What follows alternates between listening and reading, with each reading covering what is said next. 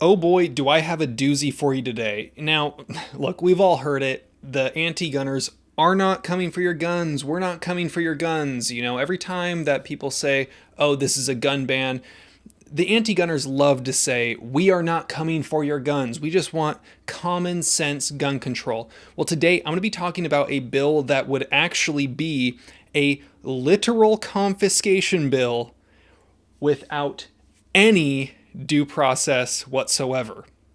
They're going to put you on a secret list, and then if you're on that list, they're going to take your gun. It's a little bit of an exaggeration. Actually, not really, but let's talk about it. Before we get going, though, I do want to say thank you to everyone that supports this channel. If you want to support some of the people that are supporting me, feel free to check out any of the links down in the description below. I also want to give a thank you to today's sponsor, Arms List. If you are looking to offload or acquire some new interesting Rudy Tooty point and shooties, check out Arms List. Keep in mind, the feds are always watching everything you do, and they are always setting traps. So if it sounds like a trap, it might be. But Arms List is where I have had good luck getting rid of some stuff in the past, legally. And I am very happy to have their support. Check out Arms List. You guys know where to find them. They got statewide forums. Check them out. Today we're talking about a bill in New York, the New York Senate, that would actually be a literal confiscation bill. Okay?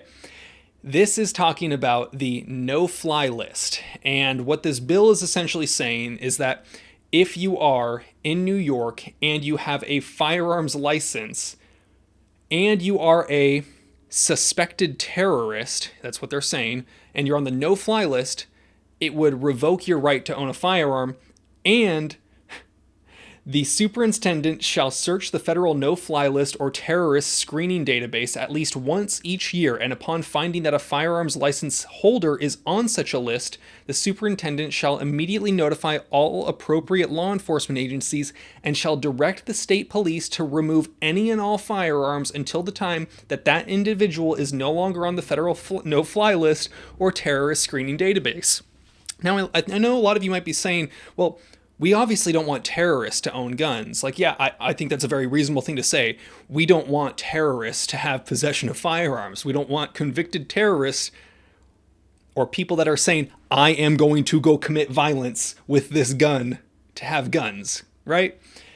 The problem is the no-fly list is a secret list that you don't know if you're on until it inconveniences you.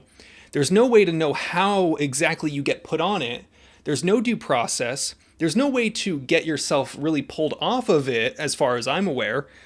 And every time this gets brought up, we love to talk about how there are, at many points in time, there have been active U.S. Congress members on the list.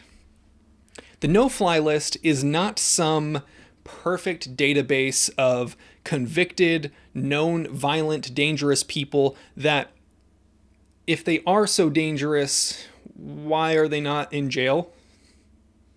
I don't know. Almost like there's no due process, like one of those rights that we have, But in this case, you don't get those rights.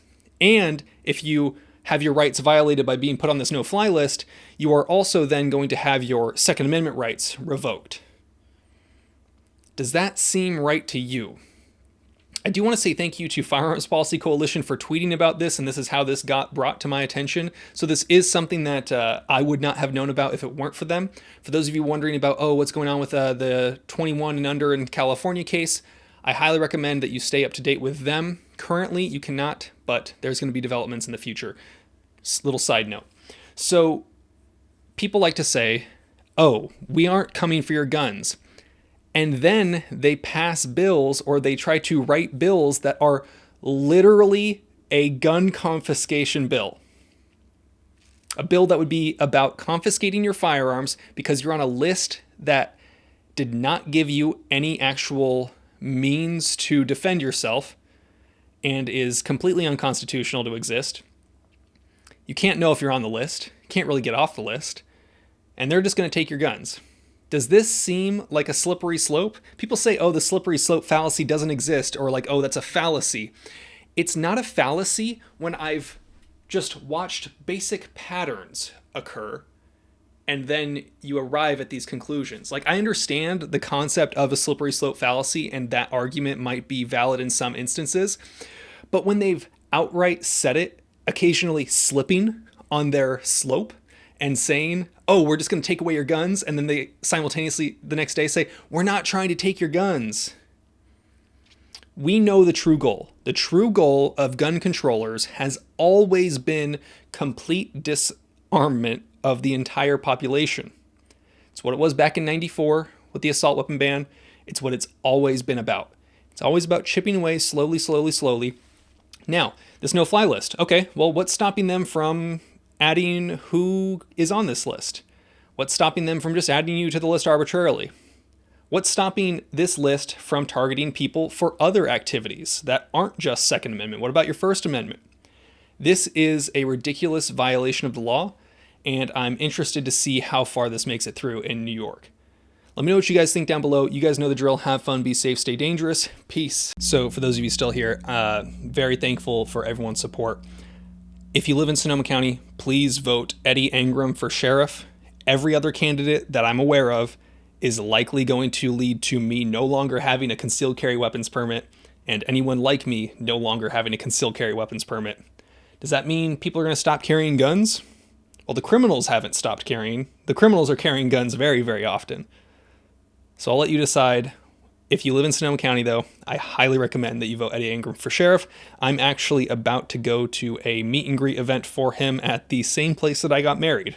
Kind of convenient, interesting little coincidence there. Thank you, everyone.